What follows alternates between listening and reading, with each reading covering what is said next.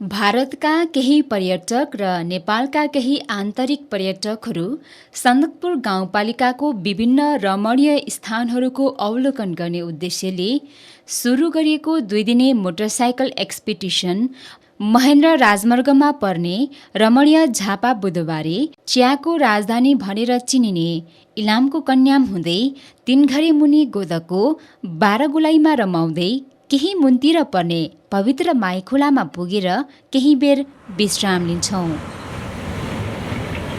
माईखोलाबाट इलामको 0 किलोमिटरसम्मको यात्रा तय गरिसकेपछि ग्रिन सिटी इलाम आइपुगेको आभास गराउँदछ। स्वर्ग झैँ लाग्ने प्रकृतिको धनी इलाम बजार सफा, सुन्दर, शान्त, स्वर्गको एक टुक्रा झैँ लाग्छ। भोलिपल्ट मेची राजमार्गलाई छोडेर इलामको बिब्लाटे बजारबाट सन्दकपुरसम्मको कठिन तर उत्साहित हाम्रो यात्रा सुरु हुन्छ। कच्ची अनि साँगुरो सडक, कतै सिधा त कतै केही घुमौरो उकाली ओह्रालीहरू पार गर्दै मनभरि अनेकौं उत्साह लिएर साना साना खोल्सा खोल्सीहरू पार गर्दै जाँदा धेरै रमाइलो अनुभवको महसुस गरियो। बाटोमा पर्ने सुम्बेक गाउँलाई पार गर्दै जब सोलुबुङ स्थित टारीखेतमा पुगियौं, आहा, त्यहाँका लहलह गरा गरा हरियाली धानबारी देख्दा त्यहाँको कर्मठ मेहनती किसानलाई मनैदेखि सल्युट गर्न मन लाग्यो। कति उब्जाउने भूमिमा जन्मेका रहेछौँ हामी, गरे के हुन्न रहेछ र। सुन फल्ने माटोमा जन्मेका हामी मेहनतको फल कस्तो हुन्छ त्यहाँका कर्मठ किसानले प्रमाणित गरे झै लाग्यो। पक्कै पनि नेपाल कृषिप्रधान देशभन्दा अनुपयुक्त नहोला। देशमा टारीखेत वरिपरिका कर्मठ किसानहरू जस्तोको खाँचो रहेछ। टारीखेतबाट छेवैमै रहेको माईखोला पुगेपछि निकै बेर हाम्रो अलमल भयो।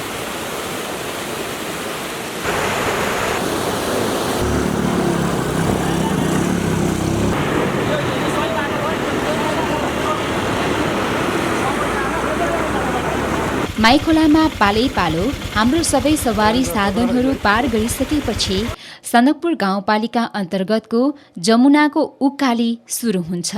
पुरै उकाली अनि साँगुरो बाटो, कच्ची घुमौरो, साना साना घुम्तीहरू पार गर्दै केही बेरको यात्रापछि सन्दकपुर गाउँपालिका वडा नम्बर 5 मा अवस्थित सुन्दर हरियाली प्रकृतिको धनी ढाप पोखरी आइपुगेको पत्तै हुँदैन। 50 रोपनी क्षेत्रफलमा फैलिएको यो पोखरी जैविक विविधताले भरिएको रहेछ। ढाप पोखरीको सुन्दरताको बारेमा हामीलाई धेरै कुरा बुझ्ने मौका मिल्यो।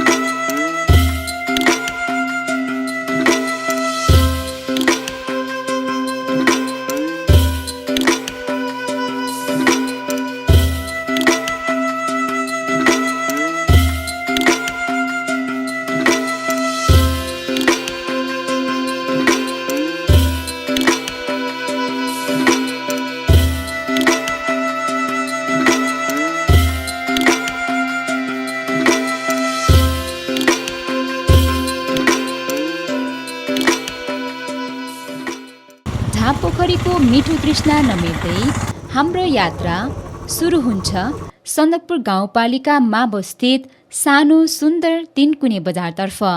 3 कुनेमा हाम्रो स्वागतका लागि आतुर रहनुभएका सन्दकपुर गाउँपालिकाका उपप्रमुख शोभा पराजुली, प्रमुख प्रशासकीय अधिकृत महेश राई, गाउँपालिकाका कार्यपालिका सदस्यहरू लगायत 3 कुनेका सम्पूर्ण स्थानीय बासिन्दाहरूले एकदम भव्य रूपमा स्वागत गर्नुभयो। त्यो रमाइलो क्षणले हामीलाई अझै उत्साहित गरायो। 3 कुनेमा त्यहाँका स्थानीय बासिन्दाले गरेको स्वागत र उहाँहरूले प्रस्तुत गर्नुभएको संस्कृति झल्कने झाँकी सम्झिँदा आजको दिनमा पनि मन ताजा भएर आउँछ।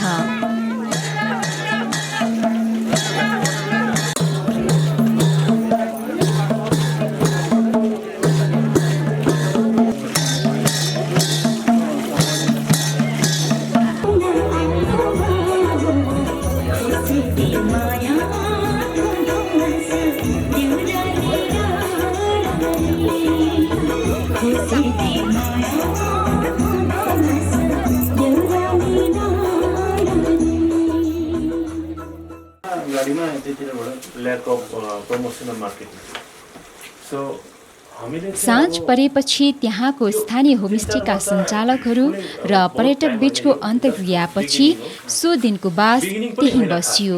भोलिपल्ट बिहानै तिनकुनेबाट नजिकै रहेको अति नै सुन्दर टोड्के झरना हेर्न हामी बाटो लाग्यौं।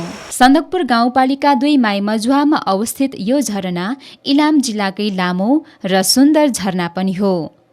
85 मिटर अग्लो यो झरना पुगेर हामी केही बेर रमायौं। साँच्चै भन्ने हो भने हामी टोड्के झरनाको सुन्दरता हेरेर भरपूर रमायौं।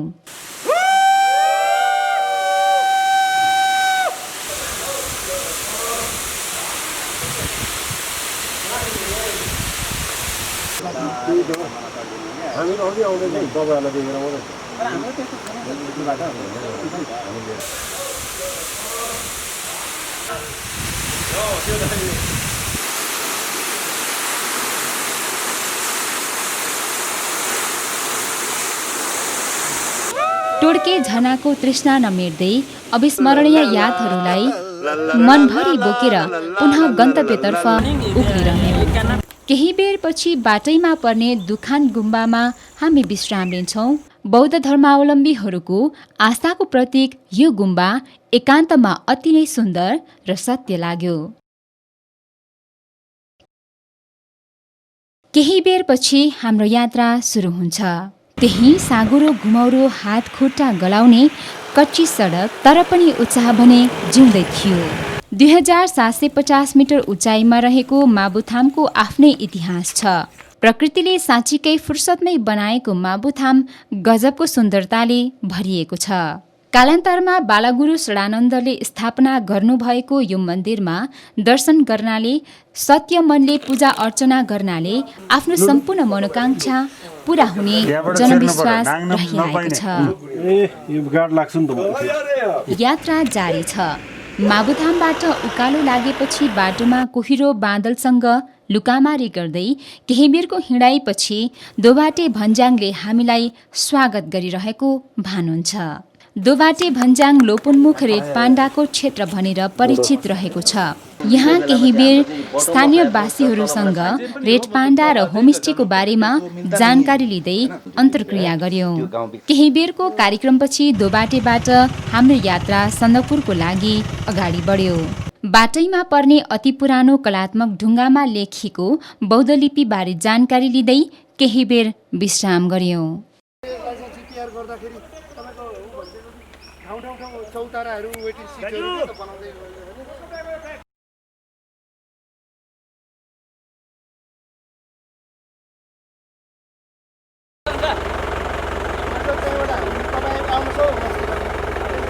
सन्दकपुरसम्मको हाम्रो यात्रा जारी छ। मनभरि धेरै उत्साह बोकेर अगाडि बढ्ने क्रम निरन्तर जारी छ। यात्रा हो जीवन, जस्तै आरोह अवरोह त आइ नै रहन्छ, तर पनि हिम्मत हार्ने त पुरै भएन। सयौं बाधा अडचनलाई पाइलै पछि हराउँदै अप्ठ्यारा परिस्थितिसँग बार बार लड्दै उठ्दै अनि जित्दै मनोबल उच्च राखेर उत्साहित भएर हिँडेपछि त सफल नहुने त कुरै भएन। बाटोमा पर्ने कालपोखरी अनि त्यहाँको छिनछिनमा परिवर्तन हुने मौसमले हामीलाई दङ्ग बनायो। हामी केही बेर यहाँको फोटो खिच्नतर्फ लाग्यौं।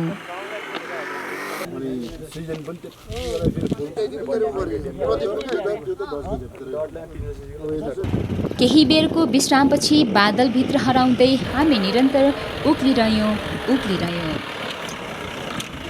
निकै बेरको उकाली काटेपछि सन्दकपुरको फेदीमा रहेको शिवालय मन्दिरमा दर्शन गरी हाम्रो यात्रा सफल रहोस् भन्ने कामना गर्यौं।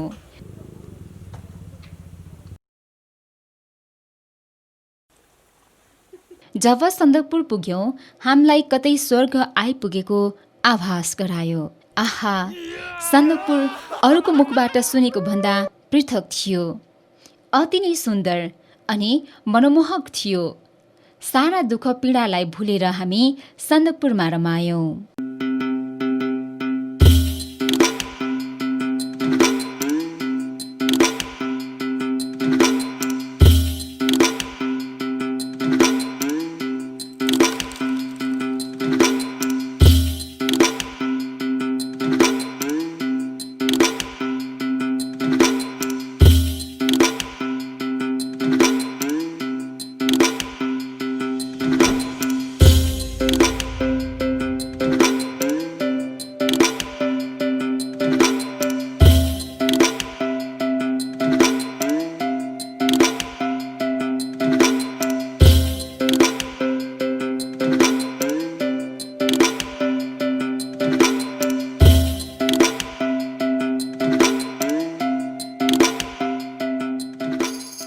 भोलिपल्ट सबैजना एक्सपिडिसनका यात्रुहरू एउटा तस्बिर कैद गरेर मनभरि सन्दकपुरको याद बोकेर फेरि आउने बाचा गर्दै हात हल्लाउँदै त्यहाँबाट बिदा भयौं।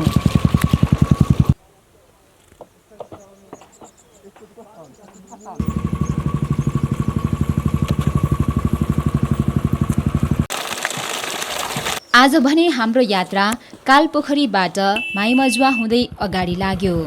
बाटोमा पनि करिब 200 मिटर अग्लो स्याङ्जी ढुङ्गाको अवलोकन गर्न केही बेर त्यहाँ विश्राम गर्यौं।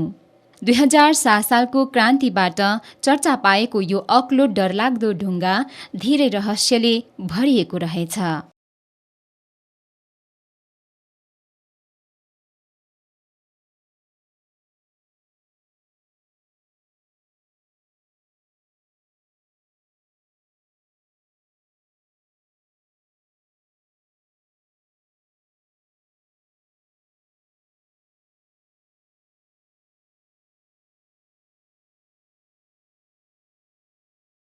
आज अन्तिम दिनको यात्रा जारी छ।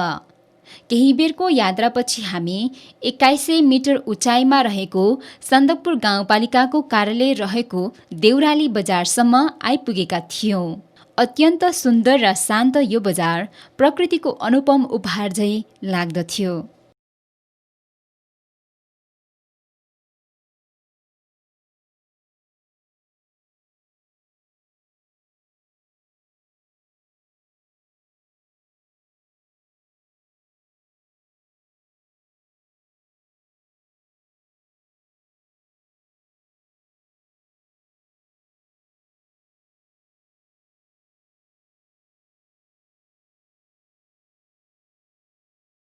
देउराली बजारबाट नजिकै रहेको अति नै चर्चित माइपोखरी पर्यटकीय र धार्मिक दृष्टिकोणले अति नै चर्चामा रहेको छ।